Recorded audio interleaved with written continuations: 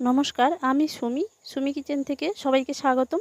এই রেসিপিটা লুচি, পুরি বা পরোটার সঙ্গে দুর্দান্ত লাগবে আর খুব সহজে কম সময়ে বানিয়ে নিতে পারবে। তো এখন আমি রেসিপিটা শুরু করছি। এখানে আমি 4টি বড় সাইজের আলু কেটে পরিষ্কার করে ধুয়ে নিয়েছি। তো এখন আমি গ্যাসের মধ্যে একটা কড়াই বসিয়ে দিয়েছি।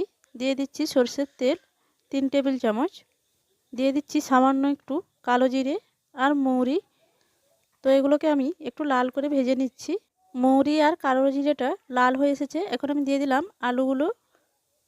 আলুগুলো দেওয়ার পর ভালো করে তেলের মধ্যে আলুগুলোকে আমি নেড়ে নিচ্ছি।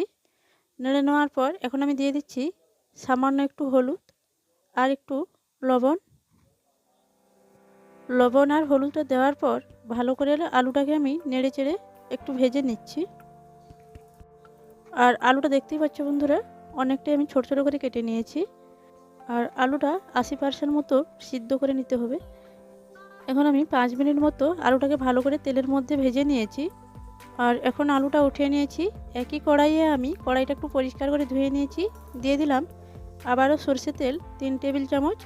তো তেলটা হালকা গরম হয়ে গেছে। এখন আমি দিয়ে দিলাম 3টে কাঁচা লঙ্কা। লঙ্কাটাকে হালকা ভেজে নেওয়ার পর এখন আমি দিয়ে দিলাম পেঁয়াজ। তো এখানে আমি 2টো বড় সাইজের পেঁয়াজ কুচি করে নিয়েছিলাম। তো পেঁয়াজ আর লঙ্কাটা আমি একটু লাল করে ভেজে নিচ্ছি। আর পেঁয়াজটা খুব তাড়াতাড়ি গলে যাওয়ার জন্য এখানে আমি দিয়ে দিলাম হাফ চামচ লবণ।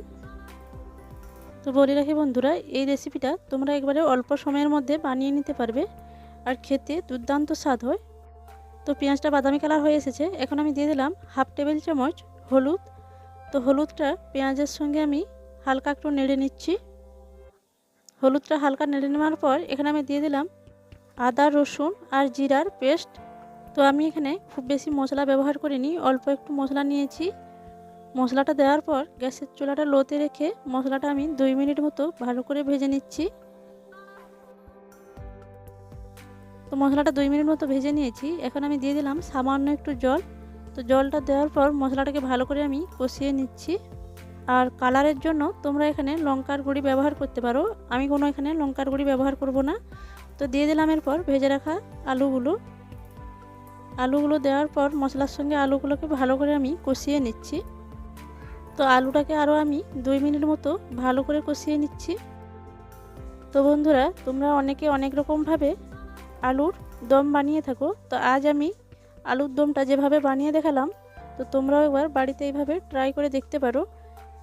আর এই রেসিপিটা লুচি, পুরি বা পরোটার সঙ্গে খেতে দুর্দান্ত স্বাদ লাগে। আলুটা 2 মিনিট মতো কষিয়ে নেওয়ার পর এখন আমি দিয়ে দিলাম জল। এখানে আমি 2 বাটি পরিমাণ জল নিয়েছি। তো প্রথম আমি 1 বাটি পরিমাণ জলটা দিয়েছি, আরও 1 বাটি আমি দিয়ে দিচ্ছি। যেহেতু আলুটাকে আমি আরও 2 মিনিট মতো ভালো করে ফুটিয়ে নেব। আর এখন আমি দিয়ে দিলাম স্বাদ মতন লবণ। 2 মিনিট মতো ভালো করে ফুটিয়ে নেওয়ার পর এখন আমি দিয়ে দিলাম উপর থেকে কিছু ধনেপাতার কুচি দেওয়ার পর সব কিছুকে আমি ভালো করে নেড়ে চেড়ে মিশিয়ে নিচ্ছি।